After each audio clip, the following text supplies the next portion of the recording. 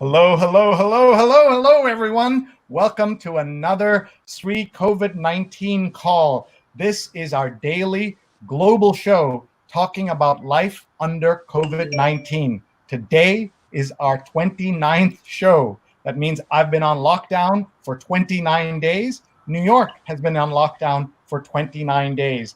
I'm coming to you right now from the Upper West Side of Manhattan. And this is not where I'm usually live to all of you. I'm usually in our living room, but our family said Friday night, 9 p.m., you're not getting the good video conferencing spot. We want to use the living room, and they kicked me into the bedroom.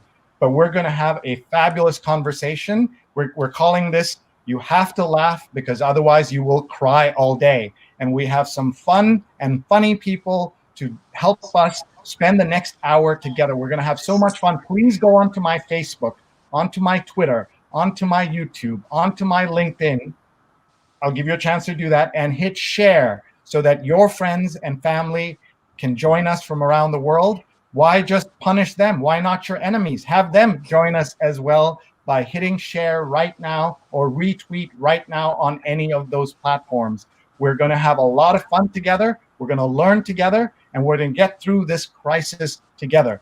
Even though we're joking around today, we still want to acknowledge that we're in the middle of this terrible fight against COVID-19. And many people have written to us how much they enjoy the show, how uplifting it is. People have used words like lifeline, but I want to tell you that this is my lifeline and you're uplifting me. So I'm so grateful. My name is Sree Sreenivasan, and I'm the Marshall Loeb Visiting Professor of Digital Innovation at the Stony Brook School of Journalism at Stony Brook University in Long Island. And I am a social and digital media consultant, and one of the things my teams do is we put together live events and virtual events. And so if you're interested in any of that kind of work, email me. You see my email address. We can help turn your wonderful in real life event into a terrific virtual event, not like this one, a much better show.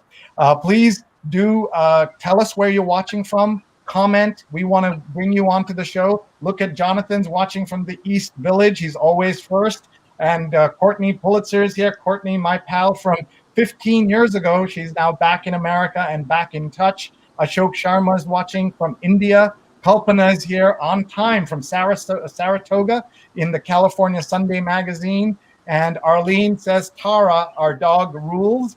And people who are in my advanced Facebook group, you cannot share out of that. Leave that group, go into my personal Facebook page, which is just sreenet. Just go in there on my personal profile and share that post instead of trying to share from a Facebook group.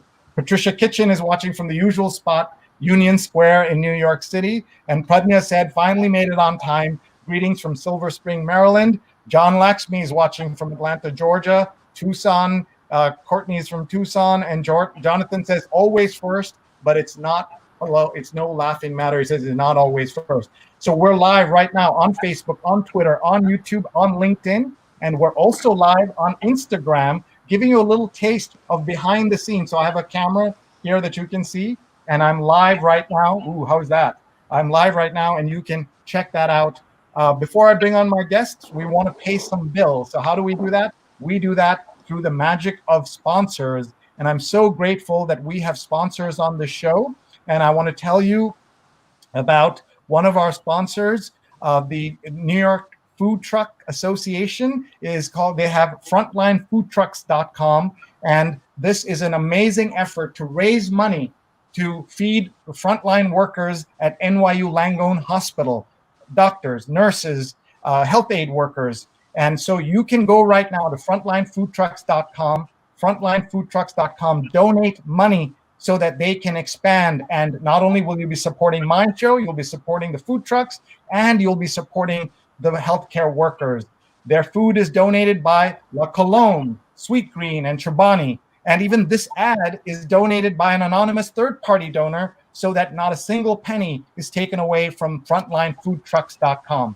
So please do go right there or take a photo of this, note this, so you can support and help them. The association, the Food Truck Association, was made by Bob Goldberg, who is the son of Shelley Goldberg, who was the New York One News parenting reporter for 25 years. So she did something right, that her son grew up to be such a strong-willed and courageous leader who is helping the food truck industry as well as the frontline workers who are doing such important work. And if you like what you see here, you can be a sponsor. Just email me, sree@sree.net. We would love to have you join us as one of our sponsors, sree@sree.net. We have very cheap prices to help you do things like this, support all our great people who are doing this kind of work. And I want to show you that we have some great guests coming up. Today, you're going to meet Matt Davies and Mona Shaikh and Jennifer Szakaly. And we are excited to talk to them. And then at 9 a.m. on Saturday, that is just less than 12 hours from now, you're going to meet Manisha Koirala, one of the biggest Bollywood stars and author of Healed, How Cancer Gave Me a New Life, and the Indian ambassador and consul general to New York City, Sandeep Chakravarti, will be joining us. And Lavina Malwani, a great journalist, will be here as well. And then Sunday night is Positivity every Sunday night. Join us for that. We are very excited. So without further ado, let me bring on our three guests. I'm giving them a heads up that they're going to be live on TV so they can look up and not be surprised when I catch them off guard. So here we go. We're going to bring them on here. And please say hello to Jennifer. Hi. Hi. Mona. Hello. Hello. Surprise. Completely off guard. Sorry. So, folks, thank you for being here. Thank you for being patient as we try to pay some bills and get people here. This is one of the things you have to do with live video is you have to build that audience. You have to help them come here and find us on all these different platforms. And we do this show because we want to help people. Today, we also want to make them smile. I'm calling this Smile because otherwise you will cry. And I want each of you, if you could, tell us a little bit about yourselves. And also first, where are you? How are you? And how do you use humor to get through what you're doing? I'm going to start with Mona, go to Jennifer, and then Matt. And so Mona, tell us where you're calling from. And thank you for being here, Mona. Thank you. Thank you so much for having me. This is really exciting. I am in Los Angeles. I am actually a stand-up comic and producer. And let's just say that COVID has really messed up my jam as a stand-up comic because I can't go out to comedy clubs and perform. So yeah, I'm just trying to make as many valuable, funny, and some serious videos online as much as I can. But one thing that is definitely happening in this COVID world is that I'm getting fatter and my sweatpants are turning into dress pants. And by the time all this ends, I probably have to go wardrobe shopping because I won't be able to fit in any of it. So the snack life is not doing me good, to tell you that much. And people can follow you at Mona's Comedy, right? Yes, they can follow me on Instagram and Twitter at Mona's Comedy and on Facebook at Mona Shaikh Comedian. Yeah, you know, I wasn't being fair to Jennifer and Matt by having the comedian go first because following a comedian ain't easy. But Jennifer, we're going to give you a shot at doing just that. Thanks. I'm calling in from Charlotte, North Carolina. And I'm a care manager, an aging life care manager. I own Caregiving Corner and think about humor every single day. I've been posting a lot on Facebook about what it's like to be homeschooling my two children now and also trying to work from home with older adult clients who don't always have access to or understand some of the technology that we're trying to implement to stay in touch and make sure that we're taking care of their needs. So it leads to some very humorous moments, and that's what keeps me up and keeps me going and gets me through the challenging times. So I try to share that with others through my Facebook post to give people a laugh during the day.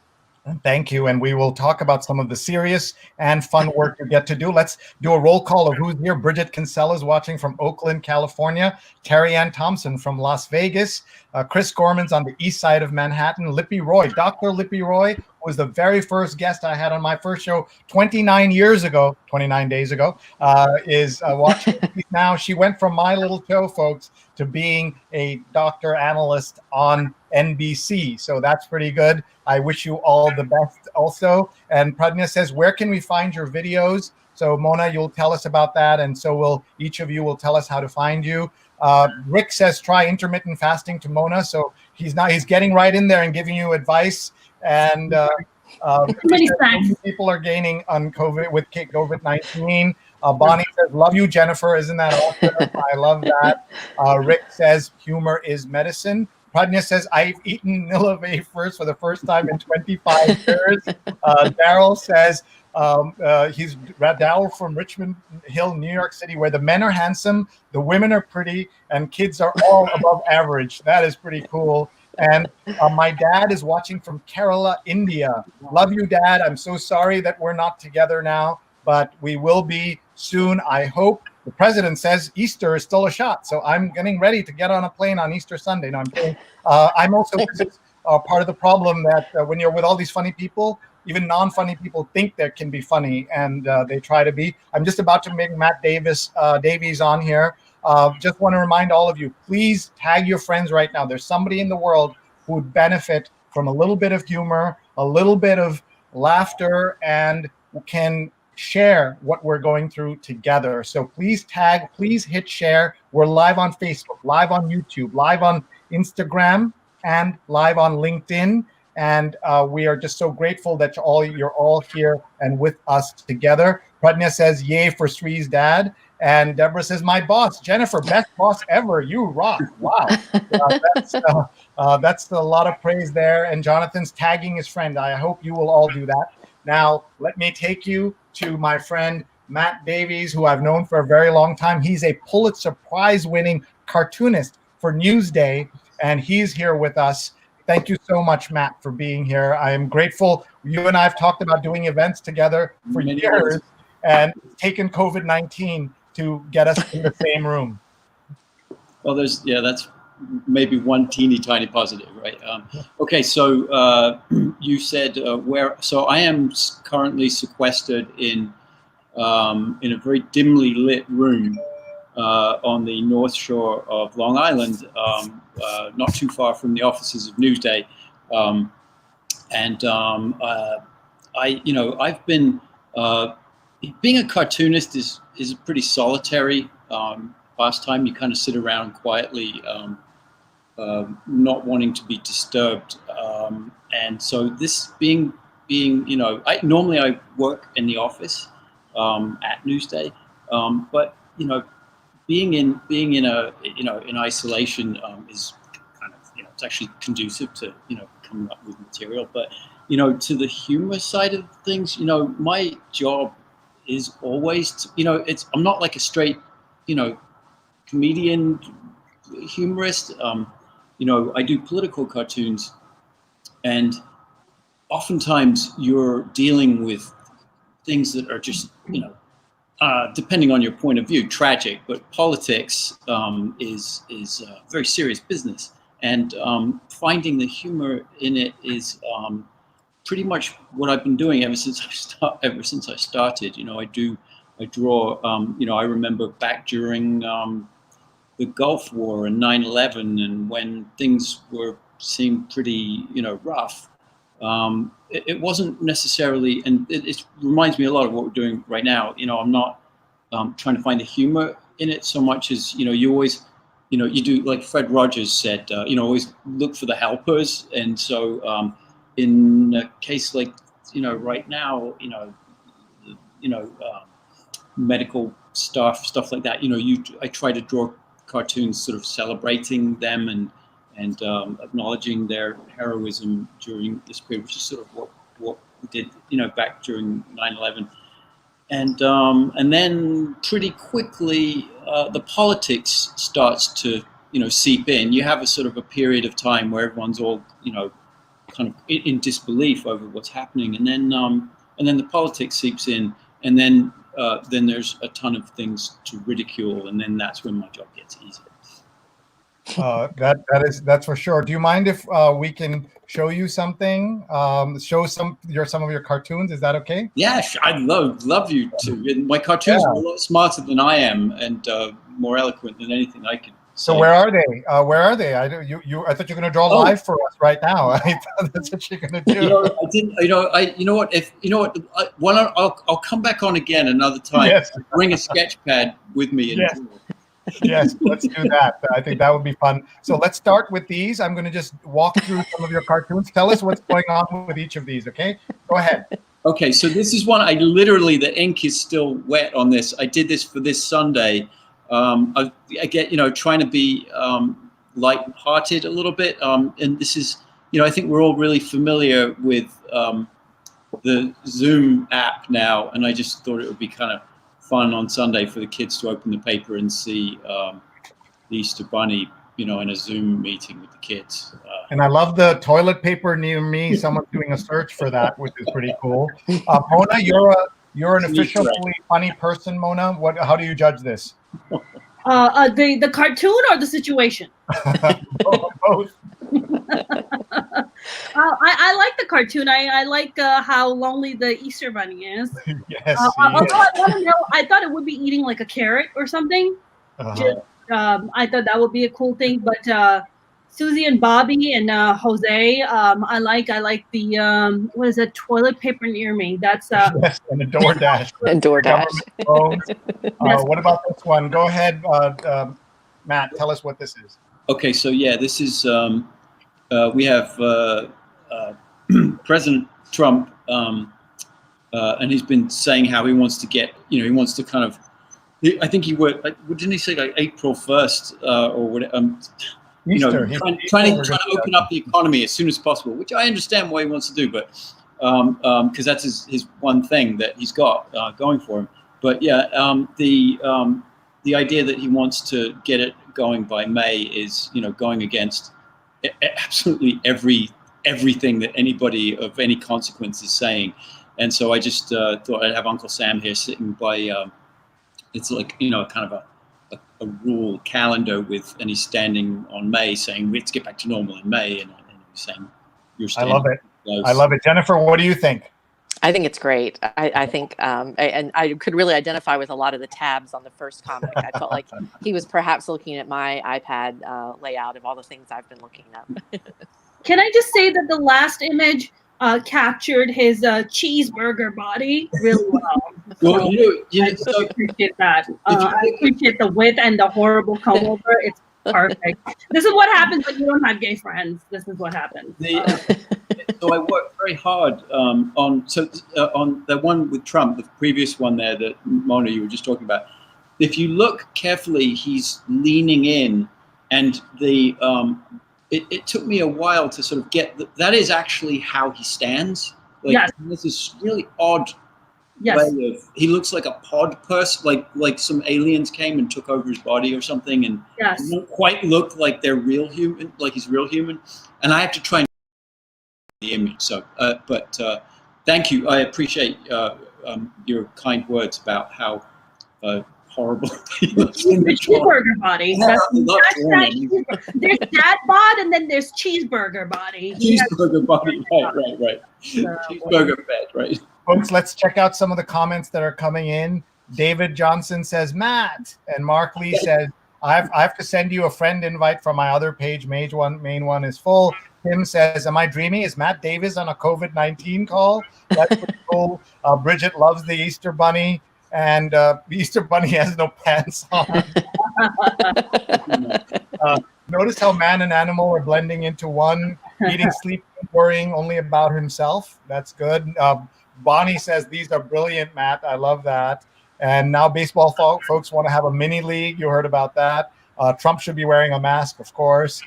Folks, aren't we having a good time? We're not forgetting the crisis around us, but we need to laugh because there's just so much trouble in the world right now. Please share this. Please tag a friend, and please follow these awesome people. Matt has 15 P's in his Twitter handle. Actually, there are only 3, Matt Davies, and Mona's Comedy, and NC Care Manager, the least funny of all the handles there, but she's pretty funny herself, as you're going to discover. And a reminder that about 11 hours from now, we're going to do an India show, and Manisha Koirala, one of the biggest actresses in the world, is going to be joined by the Indian Consul General and wonderful journalist Lavina Melwani. So please join us in the morning as well. So let me go to Jennifer. And Jennifer, just talk a little bit about how you use humor, why you use humor. You're with the Aging Care Life Association. Talk about what that is and how what you're doing is fitting with everything that's going on right now. Sure. Yeah. Well, I mean, even prior to COVID, we try to use humor in our job because there's a lot of things we're dealing with when we're dealing with an aging client base and people who are dying, that we encounter things during our job that are not funny. And so you just kind of have to laugh to keep yourself up. But then also when there's things that really force you to slow down, like COVID and being quarantined has, you really look out and see a lot of the ridiculousness of some of the things that are going on.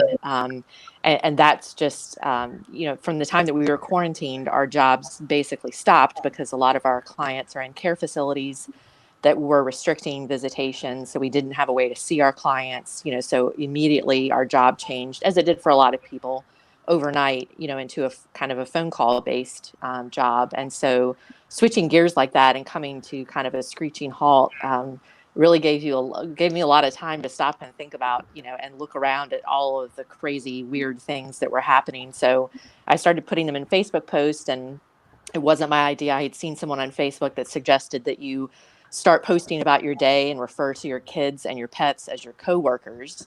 And so I thought, well, that's very doable. And then you just see everything in a completely different light, because I was like, oh, this is all these HR violations that are happening in my house with my kids. And I'm, trying to work and trying to, still be serious and see what we can do for clients. But, then, somebody comes in and walks across the, behind me during a Zoom call, eating their breakfast or something in their pajamas. So it's like, we're kind of in this weird, two blended universes. But I decided to start posting about it, and a lot of people wrote back and just said, "Oh my gosh, your posts make me laugh all the time." And yeah, so this picture is one that I posted not too long ago.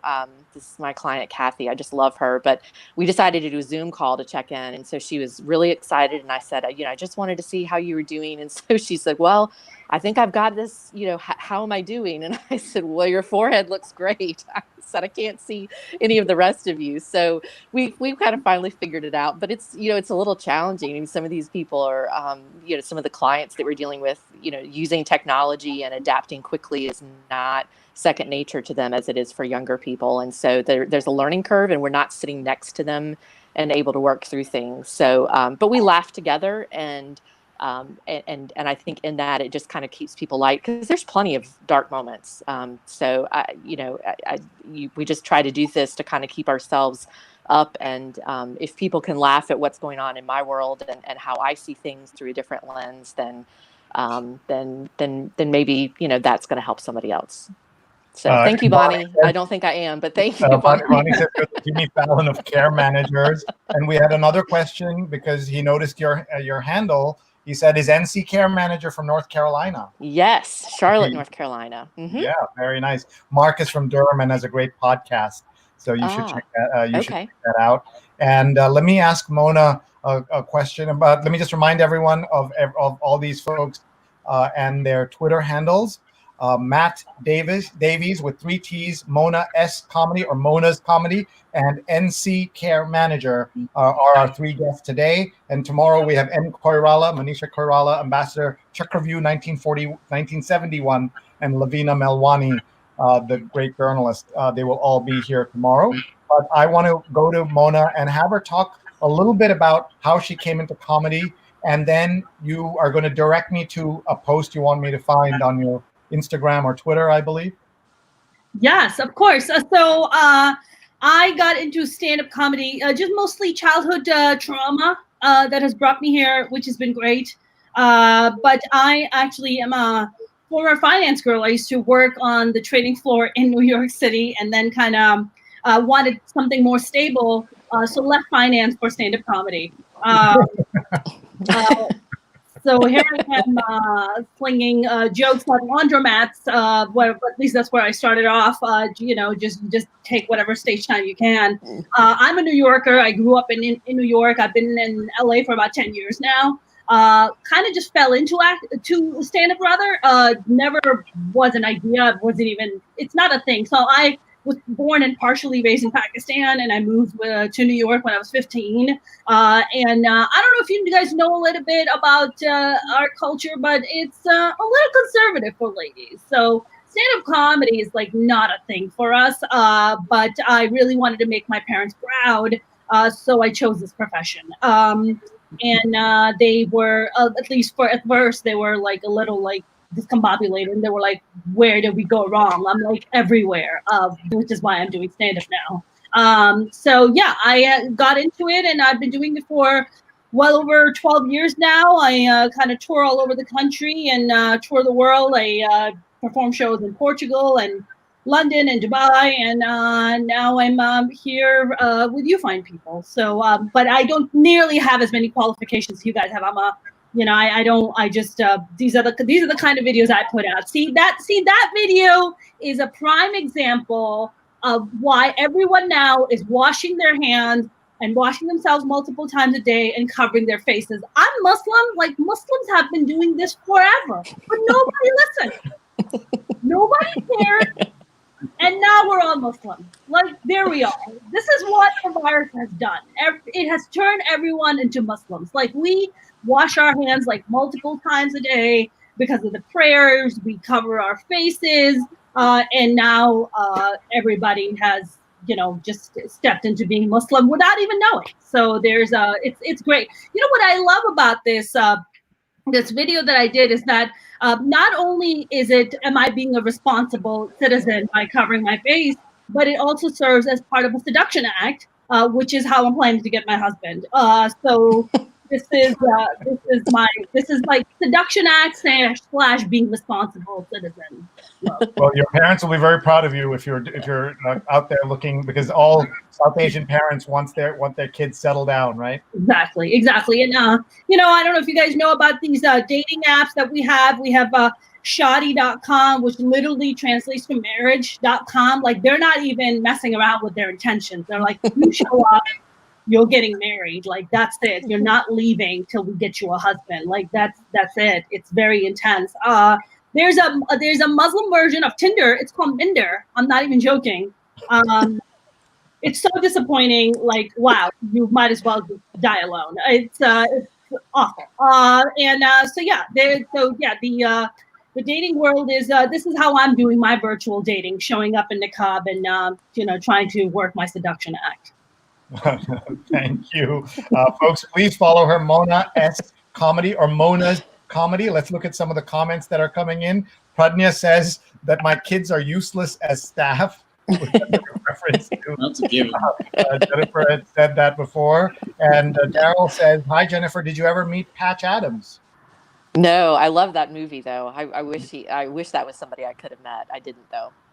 And Bonnie says, when I attempted to do Zoom with my client, she admitted that technology brought her more stress and anxiety than anything else. Daryl did meet Dr. Patch Adams, the original laugh doctor, at a health conference in Trinidad many years ago, which is pretty cool. Mark says, jump in the conversation. He's tagging people. Folks, you can all do this. You can tag a friend in any of the platforms you're in, because we want more people to be here, and hit share so that your friends can join us. Lippy's quoting Mona saying, I went into comedy to go out and impress my parents, make them proud. Pradnya says, Mona, this is the first time I've laughed out loud today. Thanks for that. That's beautiful, Pradnya. Thank you very much. Mona, have you met Ronnie Warner? He's a friend of mine, LA comedian and film producer. It's a tiny world in LA, so he's checking. I haven't met Ronnie, but if Ronnie is single, he should hit me up. So. All right. We have a question from Matt from Karachi. I hope Mona's not upset that the first question we get from Pakistan is not for our Pakistani friend. No. Matt, for our Long Islander. Willie Henderson, which is a very common name in Pakistan. Willie says, this famous cartoonist for Mad Magazine passed away a few days ago. How has Mad Magazine influenced you? And remind me of the name and I'll look it up. And this is the problem, Matt. So many big headlines are just passing us by because we don't even notice there's so many other bigger news events happening, right? Sure. Mad. Well, first of all, Mona, I want to say my dad was a banker, and he's retired now. But you can imagine how he felt when I told him I was going to become a cartoonist. I think we're kind of on the same level. It's like, the exact disappointment space. I'm going to go out into the world and draw cartoons. Yes. Anyway, but to the question about Mad, but that's actually a good segue, because I did grow up with Mad magazine, and I actually had a cartoon in Mad magazine a couple of years back, which was like a pinnacle of my career. Forget Pulitzers. I was in Mad magazine, and it's everything about Mad, I think, influenced anybody who draws cartoons, just because it's we got Mort Drucker, who just died. It sort of created it. It's the sense of humor that it's so subversive that for me, I actually grew up in England, so I was an English kid reading Mad, seeing American comics through Mad magazine, and I thought there was just something really like the language that it spoke visually was just so. Every line, everything they did was just brilliantly funny. So, it's like in my own. It's definitely in my comic DNA, absolutely. And I don't think there's a cartoonist out there anywhere in the world who probably wouldn't say pretty much exactly the same thing. Thank you, great answer. And Rick Botello says, Matt Davies, where the hell is your accent from? So I'm originally from England, but I've lived in the States for a really long time. So most people think I'm from Australia in America. They go, "Oh, are you from Australia?" And then when I go back to England, people say, "Oh, are you from Australia?" So I have no idea. Like, my accent's all very messed up, but my own private accent. Let's remind people what we're doing. We are on a Friday night in New York. I'm in New York. Los Angeles for Mona. Jennifer's in North Carolina. Matt is on Long Island. And this is the humor edition of the New York-based global daily Sree COVID-19 call. The hashtag is Sree COVID-19 call. Please tweet with that. We're collecting the stats, and please tag your friends. We're so delighted you could be with us. We're calling this You Have to Laugh, because otherwise you will be crying all day. We want to tell you that we have a fantastic about half an hour left of this show, and we have a fantastic show tomorrow. We're going to be joined by Manisha Koirala, one of the greatest Bollywood actresses. She's written a book about how cancer gave her new life, and telling us what's happening in India right now with the cancer scare, the COVID-19 scare. And we will be live tomorrow at 9 a.m. Eastern time. So an early show tomorrow. So please join us for that. The Ambassador and Consul General to New York City of India, Sandeep Chakrabarti, will be with us, and journalist Lavina Melwani. So it's going to be a fantastic conversation about 12 hours from now. And look on the screen. You can see who's doing our live tweets: Rose Horowitz 31 and Vandana_Menon. If you would like to be a sponsor of our show, please do sponsor us. We are very inexpensive. And you may not have anything to sell, but you may have a nonprofit you want to support. And this is such an easy way to do that. Just email me, Sree@Sree.net. Look at these prices. You can take a photograph of this, take a screenshot, and just email me. We'd love to get you in on this, getting not just a chance to support me, which I'd be grateful for, but also to support some great nonprofit that you'd like to help, such as FrontlineFoodTrucks.com. They are collecting money right now. You can go and make a donation so that they can feed the frontline healthcare workers at NYU Langone and other hospitals. So you can do a threefer. You can support the hospital workers, you can support the food truck vendors, and you can support this little show. We have had so much love from around the world. Look at these buzzwords that we've been collecting. This is the word cloud of what people have been posting. And we have reached, you can see, more than 5 million people and 22 million impressions on this terrible hashtag. Look at that hashtag. It stinks. Sree COVID-19 call. If I had a better hashtag, we would have had more viewers. And one more tip that I want to tell all of you is you can go back in our archives. We had the great Bill Ritter from Channel 7 who was living with COVID-19. He's still recovering. Last Saturday, he was with us for an amazing hour. You can go back into YouTube and find this. So please find my archives on YouTube. Please subscribe so that you can be alerted when we are live. Please tag your friends. Please hit share. This is the way we make sure that more people can listen to our great, great guests who are joining us right now from around the country. Jennifer, I keep saying, if you don't laugh, you will cry. How have you balanced that? And how are you dealing with the line of work you're in, where you're dealing with the elderly who are so vulnerable at this moment? Right. Well, I think finding the balance, I have to be serious and upbeat for the clients, and then, also being at home and you're dealing with kids that don't really necessarily understand what's going on or have a different perspective, and so trying to keep them fairly balanced and stable and up, thinking about this positively takes a lot of energy. So trying to kind of find the little nuggets of joy and laughter where you can, I think are really important. That's what keeps me up, and I again try to share that with other people so that maybe it brightens somebody else's day. I think with our clients, particularly people that might have been in a situation where their only connection with the outside world anyways might be visits with family and friends, and since those aren't happening, we really have to be creative about how we're sending joy, and happiness to them. And so, humor is definitely, a part of that. We've tried to, send some of our clients, small gifts, things to keep them, kind of upbeat. We've got some kids on our street to send clients pictures and write letters and everything, which kind of kept them busy, but also gave our clients a spot of cheer.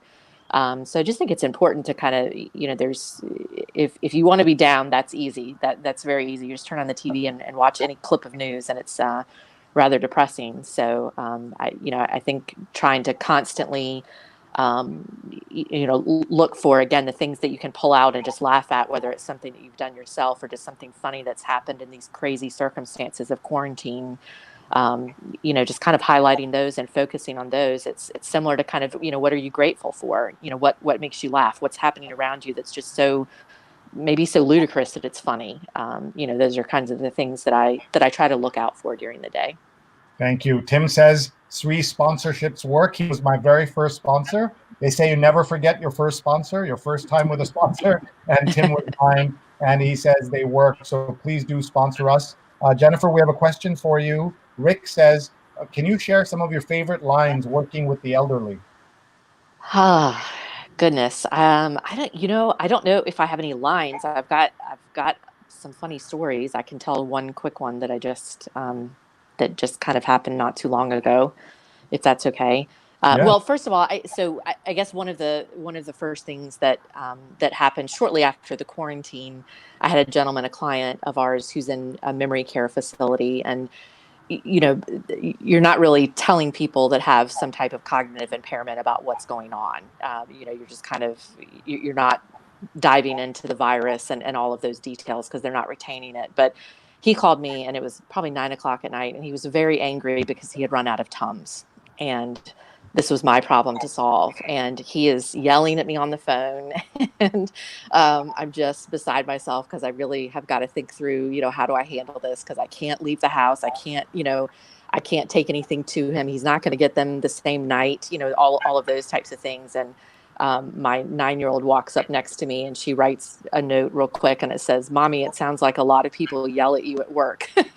And so I held on to that note, and I've shown them that during days of, me trying to balance work and homeschool, just to say, sometimes the kids lose it with me too. And so I say, I get yelled at work and at home, so leave me alone. But we've had some, challenges with clients that, again, that, they can't help the fact that they don't understand this. And so we're trying to provide normalcy, but it's very challenging. So we had a client who had a dog pass away, and during all of this, and we couldn't find anybody, a mobile pet service or anybody. Their vet was closed. I mean, it was just kind of chaos trying to figure something out. And so anyways, the caregiver previously had discovered that there was a dog in this woman's freezer that no one knew about, a pet who had died and never been cremated. And so this dog had to be put in the freezer next to that. So I just never imagined that I'd be dealing with mobile cremation services and trying to find something like that during the midst of a crisis. But, we get these calls from clients, and that's their world and that's their reality. And you just kind of have to jump in and try to do the best that you can with the situation, knowing that they may not appreciate the circumstances and everything that's going on. So it's challenging, but then you just kind of have to laugh and say, gosh, I cannot believe that this is how I spent my day or my hour or whatever it is. But if it helps someone, that also makes you feel good. So that's what it's all about. Okay. Oh, that's so sad to hear about that story. How is that family doing, and how are they handling that? They're doing well now. We were able to work out. The mobile cremation service was able to show up and take care of that a few days later. So so we got that taken care of, and and the client that was yelling at me, we got him the stuff as quick as we could. I mean, we try to be really responsive, but everybody's got the challenges of quarantine and being stuck here, and particularly with older adult clients, we're trying to be really, really careful. And limiting exposure and even, taking in things that might be contaminated. We just really have got to make sure that we're, following all the guidelines about that. But, again, it's just sometimes we step back from it and it's like, I just can't believe that this came up as part of, what I'm trying to juggle during the day. So, thank you. And thank you for your strength, and all healthcare workers, because you're all frontline workers. Please follow at NC Care Manager. That's Jennifer. Matt Davies is at Matt Davies with 3 T's, and Mona at Mona's Comedy, Mona S Comedy. Please do follow them. We have lots of questions and comments coming in, so we're going to move this so we can get lots of comments in. Let me see here. Arlene says, those who read Mad Magazine have a wicked sense of humor. I spent my allowance on the magazine, loved the cartoons. Marianne says, my son's cats are having a stay-at-home 24/7 is frankly intolerable, is what the cats are saying. Kalpana says, Indian parents have a heart attack when their child won't become a doctor or an engineer. I'm afraid after COVID, Indian parents may actually be fine with their kids being stand-up comedians. Pratya says that she hopes that I can play her music of Manisha Koirala from the movie Dil Se, which is awesome. Rick says, Matt, I knew you were English. I have a messed up accent too. Left UK 1982. The Brits reject me now. They're so snobbish about accents. Which is funny. Where are you from, Matt? In which part of England? I'm from London. Okay. Hammersmith. London. Originally, I moved out. I lived in Surrey for a while, and then when we moved to the US. By the way, in all the movies that came out last year about British musicians, we had Elton John movie, we had the Queen movie, we had the Beatles movie. Most people missed a wonderful movie set in England about Bruce Springsteen called Blinded by the Light, which I loved, and I was part of the host committee to host that movie. It was amazing, and it's about how a young boy, a Pakistani boy in England, in northern England, in a troubled part of England, felt kinship to the boss, and how he grew up to be a journalist later and went to 150 concerts with Bruce Springsteen and saw him play. I don't know if you got a chance to see that, Matt. I have not seen it, but I just heard a review on NPR about like a couple of weeks ago. You just I definitely I really would like to see that. It sounds really good. It really is, and it's called Blinded by the Light. You know who didn't get a movie? Billy Joel. Everybody else has gotten a movie, but out there in Long Island, Billy Joel has not gotten a movie. There's still time. There is still time. Eddie says, for Matt Davies, my upstairs neighbor, Mrs. Espinoza, has a son-in-law who worked at Mad. His name was George Woodbridge. Have you heard of him? I have not, but that's not. I'm terrible with names. I might be able to recognize if he drew. I could probably recognize his line, but I'm terrible with names. And Eddie, if George wants to join us one day, we'd love to revisit this. John says Matt's cartoons make me laugh out loud, which is very sweet. Joe is watching from Georgia, and let's see what else we hear. Courtney says, having neighborhood kids writing and drawing cards for the elderly is a sweet, fun way of bringing joy. Just don't make those kids go in front of the elderly right now, because Yes. it can be dangerous. A lot of people are having to experience Easter where they stay in the car. They go to grandma's house, but they stay in the car, and grandma waves from the outside, because that's the safest way, folks. That's no laughing matter as we look at this. Here's a funny line. One good thing about losing your memory is that you meet new friends every day. Everyone's a comic, Mona. What do you think about the attempts by everybody, including me, to try to be funny? You know, and I mean, it's good. At least people try. It's better than trying to make somebody cry. So I appreciate that. I mean, sometimes the jokes are so bad that you want to cry, but that's a different story. Sometimes you're just like, oh, that was awful. I'm gonna cry now. I did want to kind of say a couple of things about with everything that's happening with COVID. Is that I know everybody's been like out there searching for toilet paper and stuff. I just want to say bidets, fantastic. I don't know if you guys have ever enjoyed the freshness of water during that period of your mornings or afternoons or whenever your time is.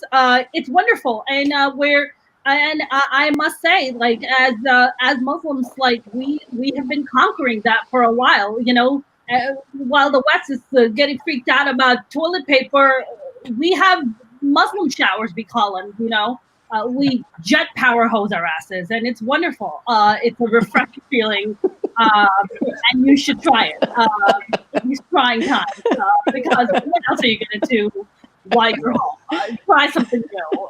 Matt, over to you.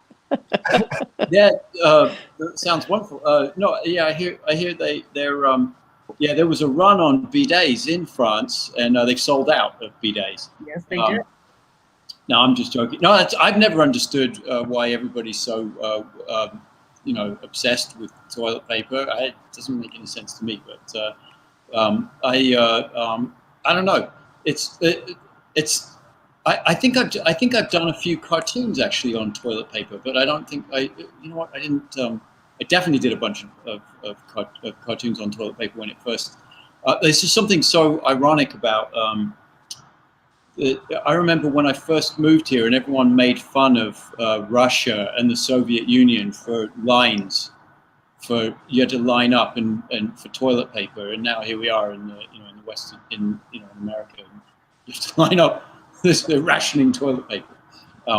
Actually, so we have another cartoon up here. This was one. Yeah, so I did this one yesterday or the day before, and this is the banks throwing the lifeline to small businesses, which is, it says they're throwing pandemic paperwork instead of. I love this cartoon. I noticed this. I retweeted it earlier this week, folks. Everybody follow Matt. You'll get one beautiful cartoon after another all day long. He's sharing them every day. I love your work, Matt, and I'm so glad that you won a Pulitzer Prize. Tell us about that day, and how did that go? That was a pretty good day. No, it's I won back in 2004, and I was I learned this was back when they used to leak the finalists. Like now that you don't know until the day that you win whether or not you were a finalist. And so I knew for about a month that it was me and Gary Trudeau and Steve Sack, who's the cartoonist at he's in I forgot, never mind. Anyway, he's one of the best cartoonists out there, and so I just assumed that I wasn't going to win. And then when my editor, I'm like sitting at my newspaper, at my desk, sort of in the corner, scratching away, and my editor leaps into the air and he says, you won, and it literally took me a few minutes to understand why he was jumping up and down and saying, like, I thought he'd won, like, on a horse racing or something. And then there was this cheer that I could hear from the newsroom, and everyone comes running in, and they're like, you want Pulitzer? And I was like, as you can imagine, it was pretty cool. And and so they broke out the champagne, and someone had an idea that I would win because there was some champagne in the building. So no, it was amazing, and it's like a real, it feels sort of funny to do what I do, to do political cartoons, and that there's such a prestigious prize for it, because I can't believe I get paid to do this. This is like really fun. I love it. I just, it's fun and it's funny, and I get to poke fun. I'm basically the kid in the back of the class, like drawing, pictures of the teacher, whoever's in power, whoever's, sort of annoying. And the idea that you could be given a Pulitzer Prize for it is kind of funny. But I'm not complaining about that. But it's kind of incongruous, Yeah, nobody's giving that to stand-up comics. Nobody's giving me a Pulitzer for my bidet jokes. That's like just never gonna happen. I would say that qualifies. If you could draw something along those lines, you might be able. Oh, I draw stick figures. That's about the extent of my talent. And then I get up on stage and disappoint the world. So that's what I do. Arlene says, Matt, can I trade you a few rolls of toilet paper for a sketch? We'll see. Willie Henderson says, standing ovation, Mona from Karachi. Lippy says, solution for lack of toilet paper, jet power, wash your ass with bidets. Damn, Mona, says Dr. Lippy Roy. And Terry's son-in-law swears by his bidet. Check this out, Yanal Kazan. So I guess that's the son-in-law or a friend. You can tag a friend. Don't you remember college? I just figured everyone was going to toilet paper the White House, or maybe Trump himself. Courtney says, Mona's copy, I lived in France for 8 years. Bidets are pretty nifty once you get over the initial spritz. And Stephanie says, oh my God, I will let the emoji speak for Mona and Matt. They are slaying it. And Rick says, IPA-inspired comments. You're all sober. Lighten up. Alcohol purchases are up 24%.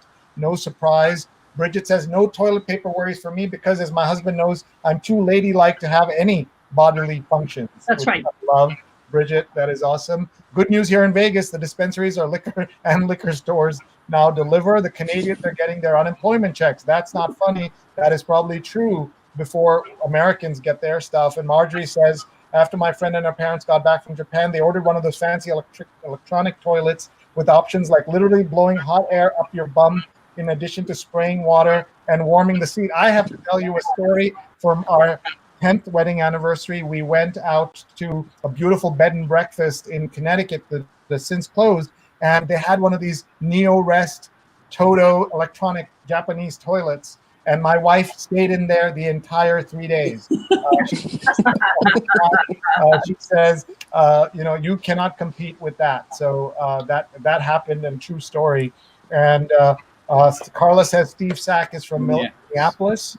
Thank you. I guess that's a good thing. Rose says, trying to tweet the lines, tweeting live, see my thread at Rose Harwitz 31, hashtag Street COVID-19 call. Thank you so much, Rose, for sharing these. Kalpana says, love the cartoons. The humor in the last few years has been phenomenal. I would trade all the good humor we've gotten for a better country. And Daryl says, yeah, that happens. All the sketches after they run in the paper. I switch off TV and I'm watching this.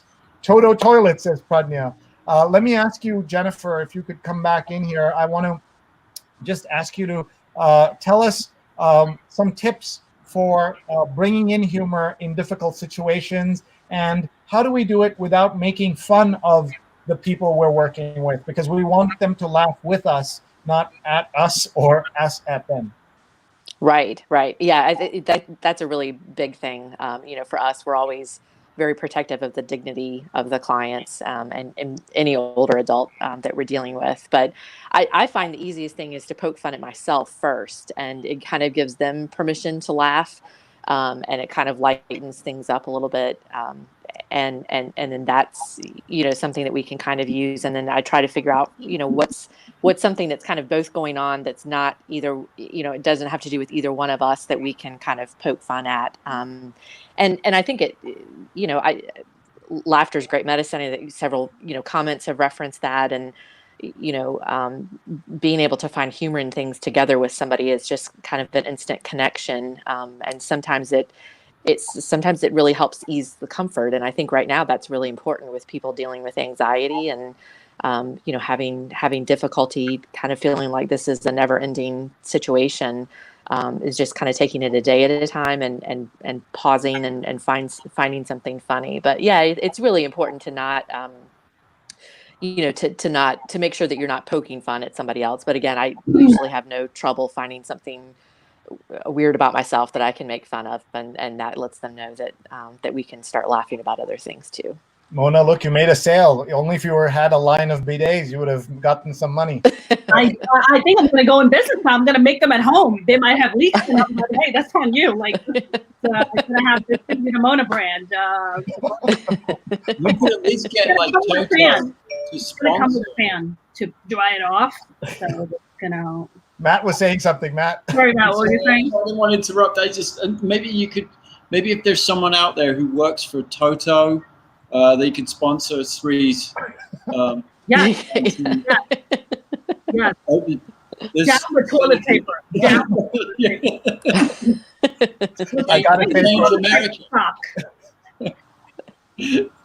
I gotta say, I'm so happy to be laughing for a change, because it is really bad. So many problems in the world right now. But you also have to laugh at some of the things happening in the White House, where they say, if you have to go in for a press conference, you have to sit 6 feet apart. You have to take your temperature before you go in. Some days, other days not.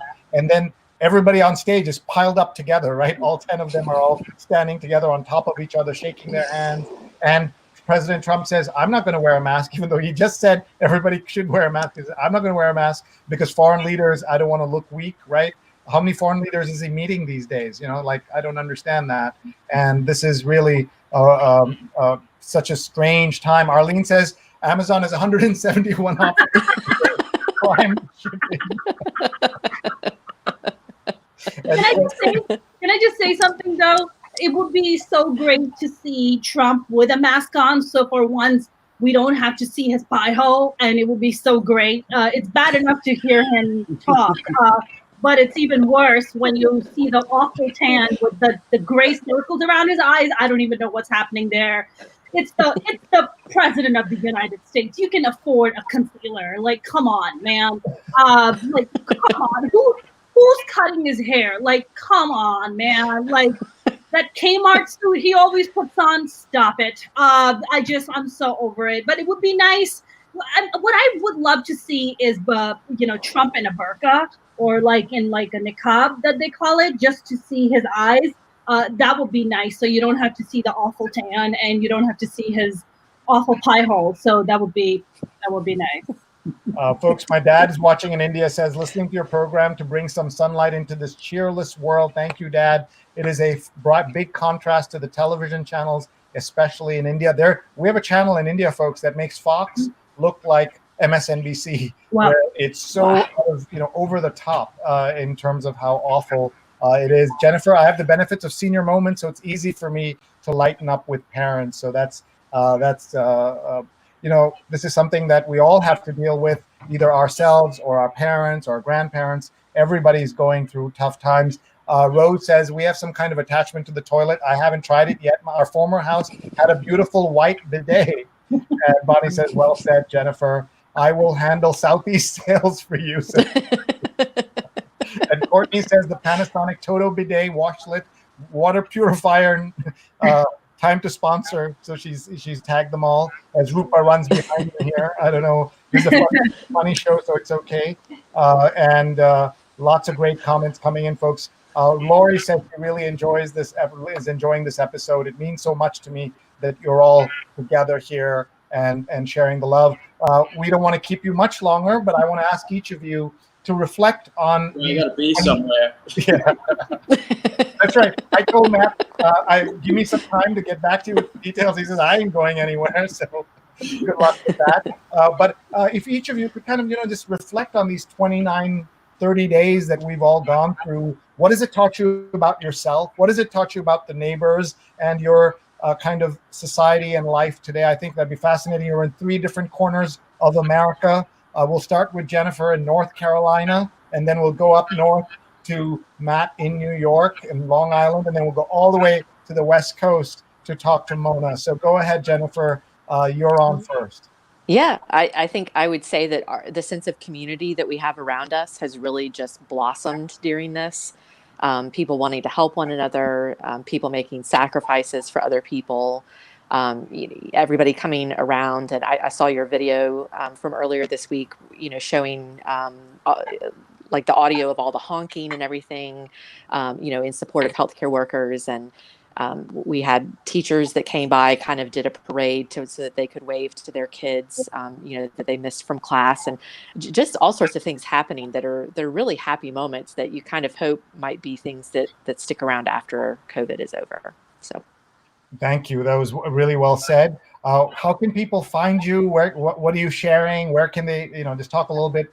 Yeah. Don't be shy. Don't be modest. Yeah, sure. I'm on Facebook. Caregiving Corner is the company page. And then Jennifer Szakaly, spelled just like it is on the screen, is So easy, my Facebook right? handle. Yeah, yeah. Is my Facebook handle, and you're more than welcome to friend me there to see all of my coworker updates. And in terms of what are you looking forward to? What's the first thing you're going to do when you're out of lockdown, when life gets back to normal? What are you missing? I am missing endless chips and salsa at my favorite Mexican restaurant. So I will go sit by myself with no little coworkers and no husband, and I will eat baskets and baskets and baskets of unlimited chips and salsa. That's my big plan. That is so great. Look what Terry says. You've brightened her day. Ruby says from Pakistan, the power of laughter is so therapeutic. This really was worth it. Stayed up till 7 a.m. here in Karachi. Like Charlie Chaplin wisely wrote, just smile. Boy, I haven't thought of Charlie Chaplin in years. And that's really, really nice. And our Arlene, Sky 1905 says, lived in student dorm in Montpellier, Pellier? How do you pronounce that? Montpellier, right? The student rooms had bidets. Okay, so that's a very advanced place. And Pradnya is yearning for salsa, and so is Courtney. And Laura, walking in Philadelphia, says, baskets of chips and salsa, I'm there. That's really cool. Thank you so much. I want to thank Jennifer Szakaly for being here, for sharing her thoughts with us, and being such a great sport on the end of a long Friday. Please follow her on Twitter, NC Care Manager, and she also told you how to find her on her Facebook, both her personal Facebook and her business Facebook. So thank you very much, and everybody. Thank you for having me. And share her. You're welcome to stick around and listen to these other two funny folks as well. Let's go to Matt Davies, Pulitzer Prize-winning cartoonist for Newsday. And he is at Matt Davies, and he'll tell us the secret of how that happened. And he is sharing so many great cartoons. I will try to show a couple while you give us kind of your thoughts on how we are doing as a people, as a neighborhood, as a country, as a community. I think a lot of people would love to hear your take, Matt. And thank you so much for being here. Yeah, that's to the 3 T's in my name. Somebody else there's like 80,000 Matt Davieses, mostly in Wales and England, and so I just kept typing until it said, yeah, you can have that one. And I didn't really think that much about it, but now I wish I'd been a bit cleverer about how I put that together. But anyway, as to God, I mean, this is one of those moments, right, where there's nothing in the handbook, there's nothing in the user manual about the moment that we're going through, and I've been really surprised by how quickly everybody seems to have kind of galvanized together, and I mean the idea. I mean we've been expected to just all sit home. And a lot of people, and as a result, a lot of people are losing, income and freedoms and all of these, basically the things that make everybody, make the country what it is. And it's been kind of remarkable just to see everyone do this together, really to save the lives of people who are, you know, have compromised immune systems. You know, the less strong. It's been really remarkable to see. And but you know, and what it reminded me of is, you know, when I was a kid, and the thing that first got me into really interested in being a political cartoonist was, I remember being at my grandparents' house in Wales, and I used to read these old books that were political books they were political cartoons drawn in England by Loeb and a bunch of other cartoonists in the newspapers, about the war, about World War II, and the thing that really kind of was really poignant was that, you know, England was fully at war and being bombed, and, you know, air raids, and it was brutal, and people were going over to France and fighting and dying, and England was all in. So the whole country was galvanized. There was one thing that everybody thought about and was focused on, and it was horrific and, you know, terrifying. I mean, it was something really wicked that was this way coming, and that feels like the moment we're in.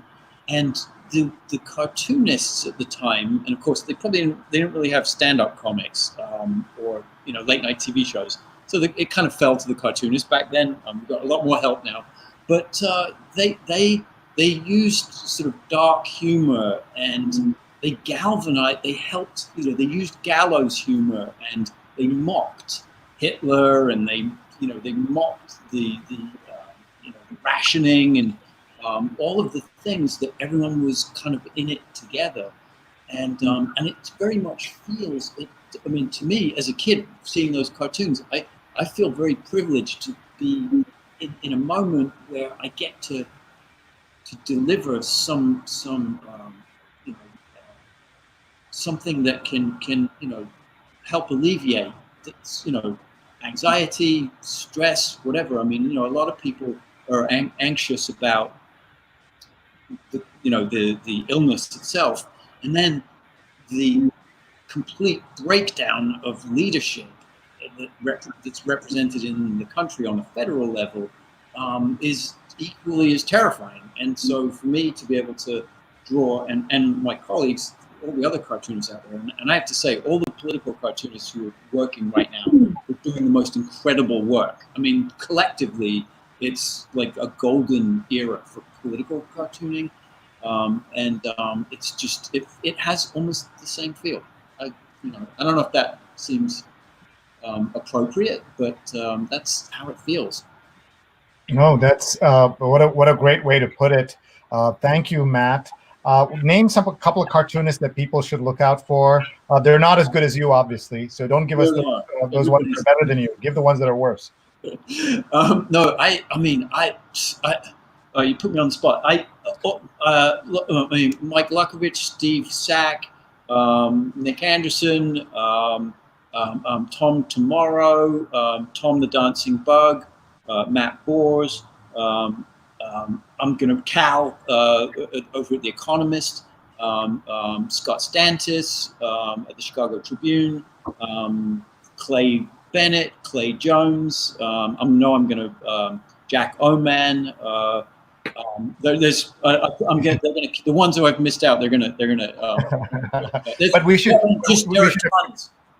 You can go. Yeah, no, but we should acknowledge that there is like not enough women doing this, right? Who have jobs in newspapers, being paid to do political cartoons. Is that be fair to say? Yes, that is definitely true. And thank you for reminding me. Ann Telness, Signe Wilkinson, Jen Sorensen. So there's three women. I mean, the women who do this are also doing brilliant. I mean, they're brilliant. But yeah, you're right. The ratio isn't great, but hopefully, you know, there'll be some more. I mean, you know, it's a tough business to make a living in. So, you know, I would hate to sort of usher people into the field of cartooning, at least as a you know, women or men or anything else. But the women who are doing it right now are doing it. like I said, every single person who's doing political cartoons professionally seems to be just knocking it out of the park. Thank you, and I think Predna is calling you Daniel Craig. I think she's saying that. I'm not sure, or she was referring to someone. She was making a joke. I'm not sure, but take it. That's a compliment, at least in our house. And Amy says, awesome program, and yes, Jennifer, chips and salsa rock. Matt says, go Matt Davies. And Courtney writes, Kalpana, I went to Skidmore College for 2 years before transferring to NYU Tisch. Such a beautiful place. Saratoga. I think she's talking about the other Saratoga in California and not Saratoga in upstate New York. I think so. And Laura says, Tom tomorrow. And she gives a shout out. And then look at this, Mona's Comedy. I'm about to do a free online comedy show at 7:30 p.m. Pacific time, 15 minutes from now. If you want to RSVP, they're never going to remember that long link. But they can please tweet it out so that people can find it at Mona's Comedy, and they can go there. I'll delay so that you can write that, Mona. But everybody find Mona and see her free online comedy show, because I want to ask Matt one more question, Mona. That'll give you a chance to just quickly tweet that out.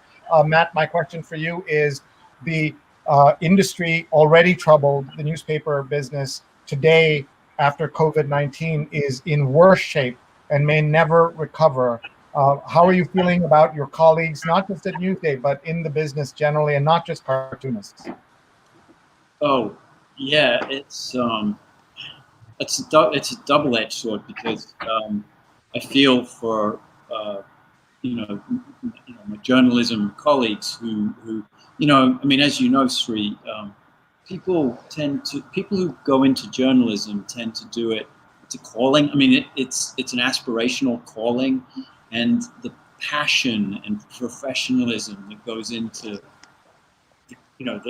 into just becoming a journalist and being a journalist it's so to sort of take away, so to have the business model erode to the point that it's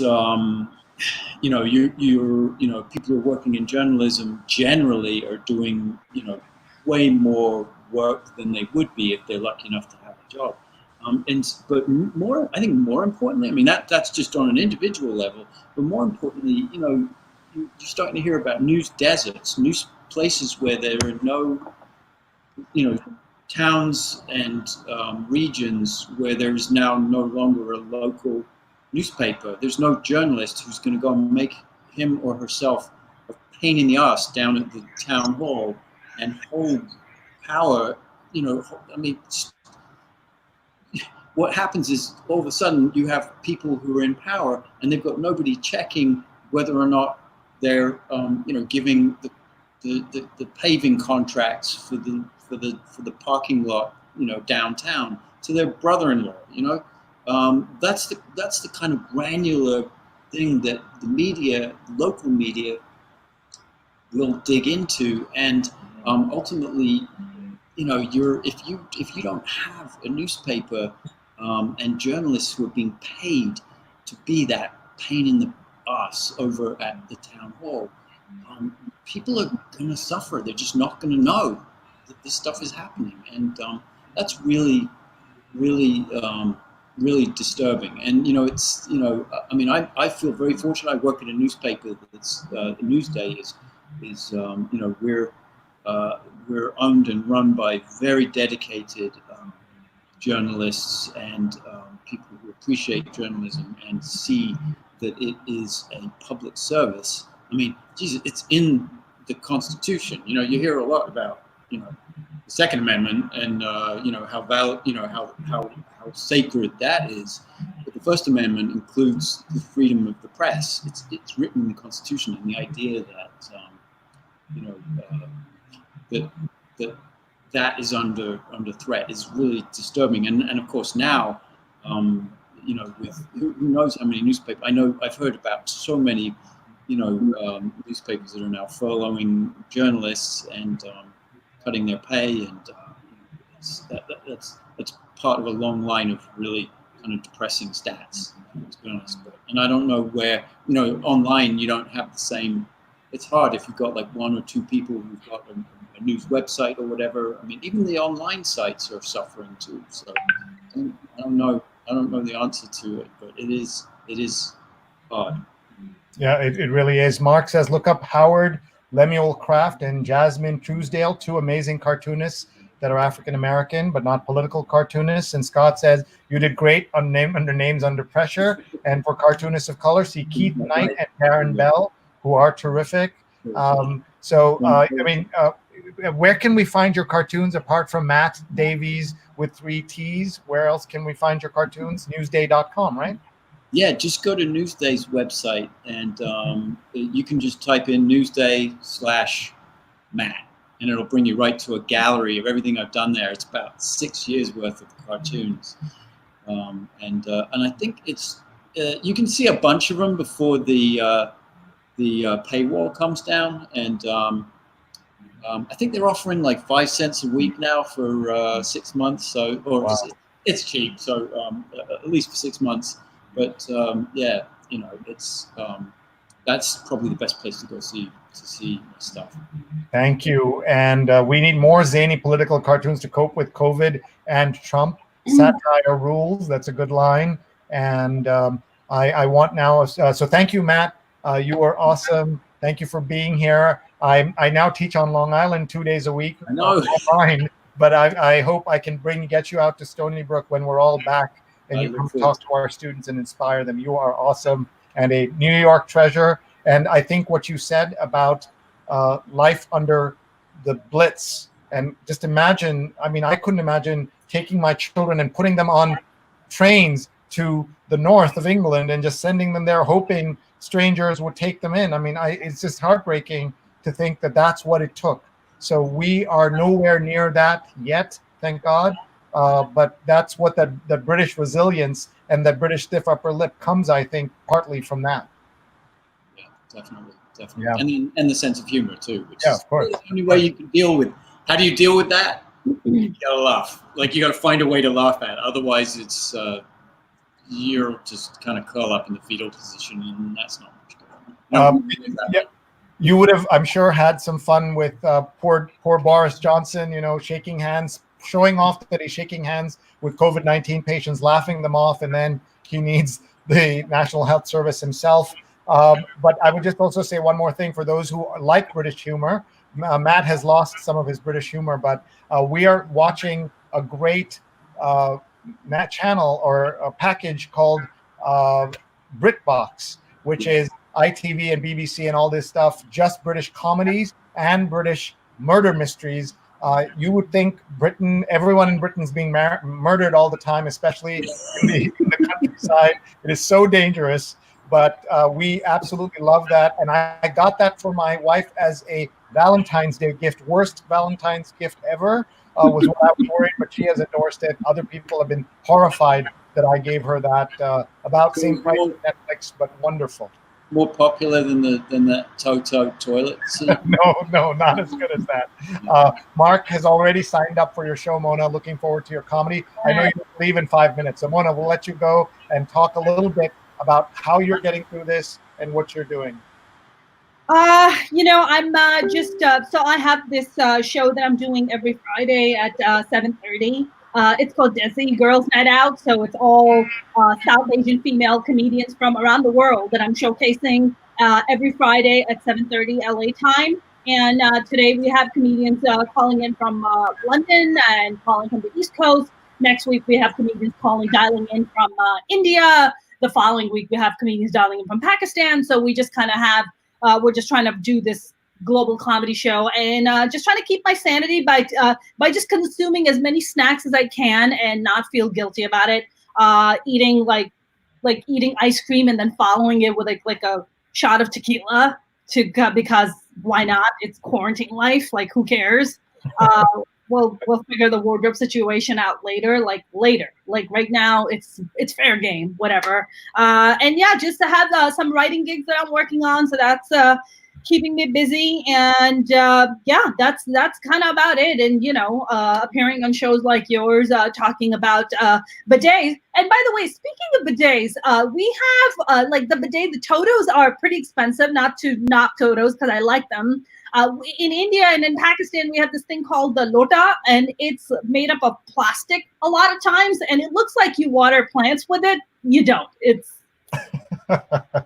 for other purposes. So I highly recommend it, and they barely cost like $10. So go out and support your local Indian store. And by the way, British folks, you're welcome. Your national food is curry, so you're welcome. You're welcome. I do like the fact that although Jennifer is the only white lady here, her name is just as ethnic as yours and mine, Sree. So yes, yes, it is. Szakaly spelled. And I was like, this is great. Yeah, is that a Polish name? Hold on one second. Is that a Polish name? It's Hungarian.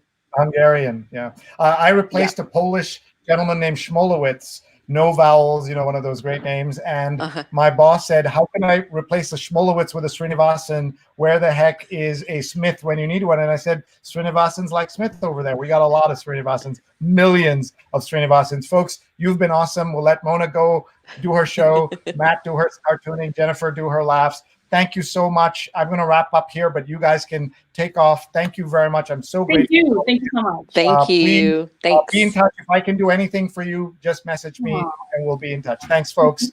Thank you. Thank you, Matt. And thanks. Bye, folks. What a great show we just had. They were awesome. You are awesome for watching. I'm wearing my purple to match the purple of the colors of this show. I am so grateful to all of you for being here. And I want to tell you a quick couple of things about what's coming up, including the wonderful Bollywood rock star, Bollywood star, Manisha Koirala is going to be here 11 hours from now. So 9 a.m. Eastern for us in New York and nighttime in India, and way too early for folks in California, but it'll be worth getting up for. Jonathan said, but they died laughing. Stefan said, Mona's back on bidets again, laughing my ass off. And women to follow, Liza Donnelly, Roz Chast, they are great cartoonists. Absolutely. Courtney says, great show. Thanks, Sree. And Courtney, thank you for your help in making this possible. So let me tell you a couple of quick things, folks. First, a big shout out to our sponsors at frontlinefoodtrucks.com. Please make a donation. If you liked my show today,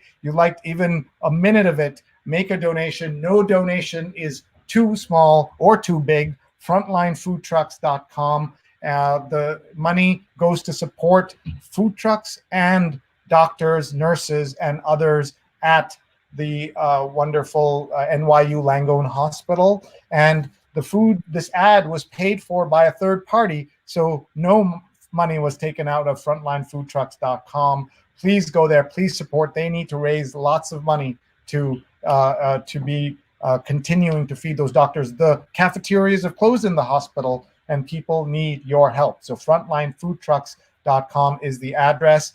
And I want to tell you that you can get an ad either for yourself or for a nonprofit or a small business that you want to support. How easy is that? It's so much fun. We'll even make the ad for you. You can see how reasonable the prices are. Take a photograph right now or a screenshot. Please make, it's not a donation because we're not a nonprofit. We want to be profitable, but other ways you can support us. Hire me and my team to help you with your digital projects, or you wanted your own show like this. We can do this. We are helping people do just that, build their own shows, white label. You never see us, and we help you do that kind of work. So please do check that out. And please keep tweeting and following. Look at the great numbers of folks we have. And tomorrow you're going to meet Manisha Koirala, the amazing actress who's originally from Nepal, lives in Mumbai, but also goes to Kathmandu. And she wrote a book, Healed, How Cancer Gave Her a New Life. And isn't that amazing? And we also have a couple of other shows. By the way, the ambassador and consul general to New York, Sandeep Chakravarti, will be here. Journalist Lavina Melwani will be here. And then on Sunday night, we have the usual Sunday night positivity. Every Sunday night, you've got to be here for that. But I have two other shows as well. Every Saturday now for 2 hours, I have Coping with COVID-19, a helpful, hopeful call-in show on WBAI Radio 99.5 FM and WBAI.org. Please check it out. And Sundays is the New York Times read along. We read the print New York Times with guests and doctors. And this week we have an amazing author and an amazing doctor who will be joining us 8:30 to 10:30 a.m. Eastern Time on Sundays for all of these things. We also have a newsletter. Please say thank you to our wonderful guests by following them, by supporting them. We are so grateful to them for being here and spending time with us. Mark says, love the laughter. And Willie says, hope they let you back in the living room. Thanks. It really means a lot to all of us that you're here. Rose, thank you for your amazing tweets and all your sharing. It really means a lot. And so I want to leave you with a couple of other things before we go. I am going to show you that I have a new way for you to be alerted when I'm live, and this is my WhatsApp QR code. So what does that mean? So I'm going to go over here on the side, and if you have a WhatsApp account, pull out your phone and point your camera, regular iPhone camera or your Android QR code reader onto the screen right now, and you will then be added to not a WhatsApp group. WhatsApp groups are ridiculous for the most part, but an announcement only list where all it does is alert you when I'm going live. I'm live more than 13 hours a week, including great shows for Hong Kong University and other great folks. So please join me by signing up for my alerts. I'm going to ask my wife to close her ears. I also said in the group that I will announce if I get COVID-19, I'm going to announce it in that group first, because you have to laugh or you will cry. And we've been told, after all, that we are already presumed to all have COVID-19 in New York. Not a laughing matter, but I'm so grateful to everybody for being here and supporting us. And last thing before I go, I want to remind you of the value of going to YouTube and searching for Sree Sreenivasan or sreenet in YouTube, and you should hit the subscribe button right here on the screen that you see. Let me take off this banner here. This is why the producer shouldn't be doing all the production work at the same time. The anchor shouldn't be doing it. But here you will find some great shows that we've been doing. We have 29 straight shows that you can see there, and you'll get an alert every time that I'm live also if you subscribe. So please do subscribe. You can see they're live now on YouTube. I only have 600 followers. On some other platforms, I have 100 times the followers. So why am I trying to do this? Because this is the time, folks. We all, except essential workers, have some time on our hands, either that time we welcome or time we dread. But this is a chance for you to work on something. I'm working on my YouTube skills. I'm working on my Canva design app skills, and I'm learning, and so can you. This is the time to try something. There's so many good tools out there and so many people who will help you. So please do check that out. And if I can help you with anything, please email me, sree@sree.net. You can see a video of an interview we did with Shah Rukh Khan and Kajol all the way back 10 years ago, coming up soon. You can see my 5 TEDx talks. You can see all my uploads. You can see all kinds of cool stuff on here and some terrible, awful stuff as well. So thank you very much, everybody, for being here, for sticking with me, for sticking through these shows for 29 straight days. Tomorrow's our 30th, and it's going to be epic with a grand Bollywood star, the Indian Consul General, a great journalist in Lavina Melwani. I'm so grateful to all of you for letting me into your lives and being with me all this time. And I want to thank my family for locking me out of the living room. And I hope to get back in the living room. And Jonathan says, purple, yes, purple. And Jonathan's got a mask. Jonathan is awesome. And I really appreciate all of you. One thing I should do is maybe not have the lights be so bright. My ring light is a little too bright, but I'm noticing this at the end, which is not good. But thank you very much, everybody. Goodbye, and goodbye, everyone. I'm so grateful. Please email me. Rose says, so great to hear Matt Davies' perspective on his art, comments about Mad Magazine and his growing up in the UK during World War II. And thank you, Lippy Roy and Courtney Pulitzer, for helping get these great guests. Mona was hysterical. Bye-bye, everybody. Thanks very much. Bye-bye.